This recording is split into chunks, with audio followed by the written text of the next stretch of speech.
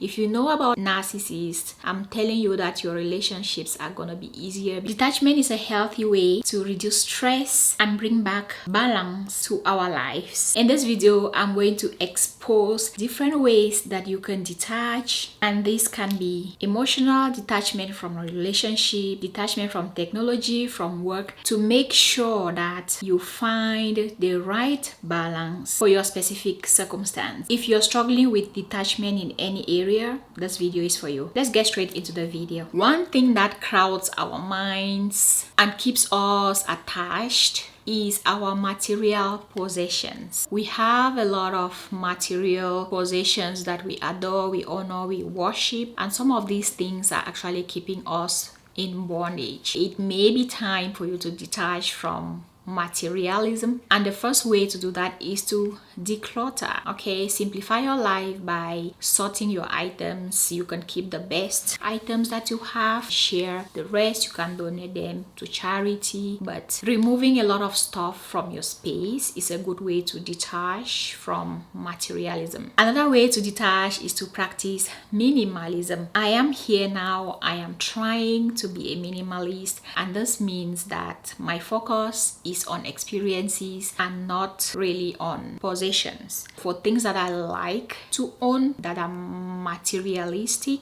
I want to make sure that I have one good item that I can keep long, that will last long, compared to having 10 of those same items which do not bring me joy. Instead of buying a cheap watch now, buy the watch that you actually love and desire, so that you can keep that same watch for a long time. Because if you end up buying a cheap one, you may end up buying 10 more and spending more, and then having a lot more watches than you need that you don't even like. Practice minimalism. The overall goal of minimalism is really just to have less in general, to practice to live with less. And another way to detach is to maybe sell or donate. There's a lot of local places on social media where you can sell old stuff, and of course a lot of charities where these things can also be donated. By doing so, you will be detaching from your material possessions. The next thing we can detach from is work. Yes, I know we've basically become slaves to work. Unfortunately, we need to pay the bills, send the kids to school, pay the mortgage, pay our car insurance, our mobile phone bills, do our hair and nails and all of that. But we do need to detach from work sometimes in order to take care of our well-being. So when it comes to work, the first way that you can detach from work is to set work hours. Nowadays we work from home, right? So it's very tricky, and sometimes you wake up and you work into the night just because you don't have boundaries. But if you set your work hours and you're strict on them, that will be a good way to detach from work. So you're gonna say you work 8 hours a day, you work 8 hours a day, no more, no less. When it's 5 p.m., no matter what you were doing, you gotta shut down your computer and stop working. Create a dedicated workspace. If you work in the office, again, once you're done with work at 5 p.m., you gotta leave the office. But if you're working from home, you need to set a dedicated place where you work, so that when it's 5 p.m., you gotta exit that space. It's gonna be tricky if you work from your bed or from your living room or from your sofa or couch, but if you have a dedicated space for work, it will be easier for you to detach from work by just leaving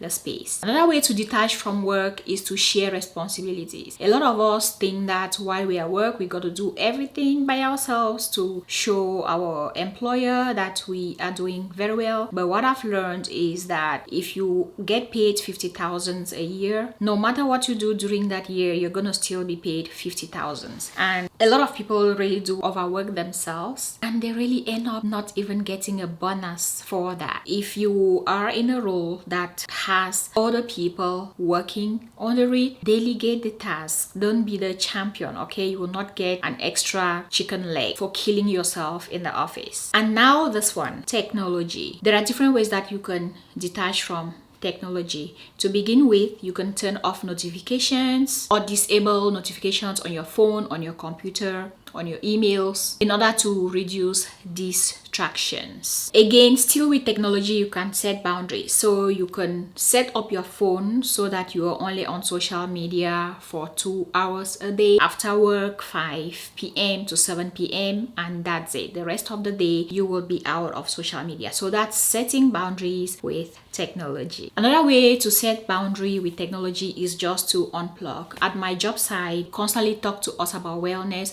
and one of the ways that they advise us to take care of our well-being at work is to occasionally disconnect. If you're working throughout your day, you might just take 5 minutes of your day aside from the lunch breaks to just disconnect. So this is when you shut down your computer, turn off your phone, not be connected with technology. So that's shutting down or unplugging. You can disconnect from the sockets, like cut off power. Another way that you can detach from technology is using do not disturb option. A lot of phones these days have that. You probably have it on your phone and you don't know. There is an option you can go on your phone and set to do not disturb mode. Once you enable this mode, no text message or video or whatever is gonna get to your phone. How do we detach emotionally? I'm sure a lot of us need these in our lives because our emotions be so traumatized. One way to detach emotionally is to practice mindfulness. Maybe do some yoga, meditation, take some time to reflect. That shuts us out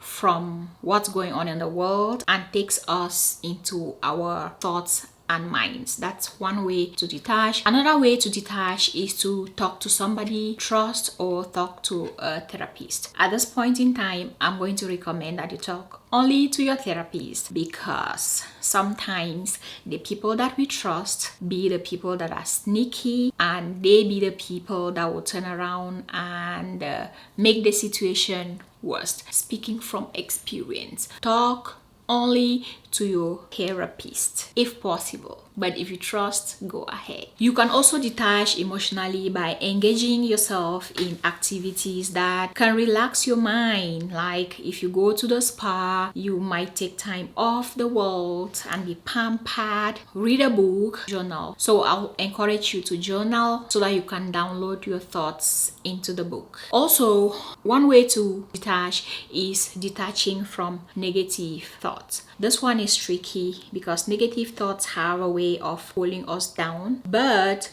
we can use positive affirmations to detach from our negative thoughts, or motivation. Watching motivational videos can detach us from negative thinking. Now this one, detaching from toxic relationships. Heard about narcissists? If you haven't, I encourage you to learn more about narcissists, because if you know about narcissists, I'm telling you that your relationships are gonna be easier because you would have a basic understanding of what is going on. If you know it, then you can either face it, avoid it, protect it, learn about narcissists and narcissism, and then the way that you detach, because a lot of narcissists bring toxicity to relationships. So if you understand that aspect, then you will understand these ways I'm going to explain on how to detach. The first one is by setting boundaries. Clearly stating what you want, what you don't like, what you like, stating them clearly and enforcing them. Now, narcissists do not respect boundaries, but then if they keep disrespecting your boundaries, it's time to leave. So I just mentioned it's time to leave, but of course, again, if you are in situations, in relationships, whether it's personal relationships, romantic relationships, parental, sibling, office, workplace, community, whatever ship you are in, and you've set boundaries and they are not being respected, then it's time to leave. It's a good practice to try to surround ourselves with just positive people. We are going to find ourselves in environments that are negative. You are in charge. Be sure to exit these spaces. We can also detach physically by doing things like having a massage, exercise, yoga, stretching, and just exiting a space if it's not comfortable for us, if it's negative, if it's harmful. It's okay to leave the environment. So these are all the things I wanted to share with you. But again, remember that detaching is a healthy way to create balance in life and to reduce stress. And who wouldn't want that? I want this. So my goal is also to practice some of these things, and it's important to have the right balance in life. So if you're someone who is struggling with detachment and you found this video helpful, make sure that you hit the bell, beep beep, subscribe to the channel, and like the video, leave a comment below, let me know what you thought about the video, and be sure to come back here soon because the next video is loading. Yeah, so thank you so much for watching, and if you need professional help, do not hesitate to reach out to a counselor or to a therapist, and I'm sure they'll be glad to help. You take care of yourself, detach whenever necessary, take care of your well-being, and see you in my next video.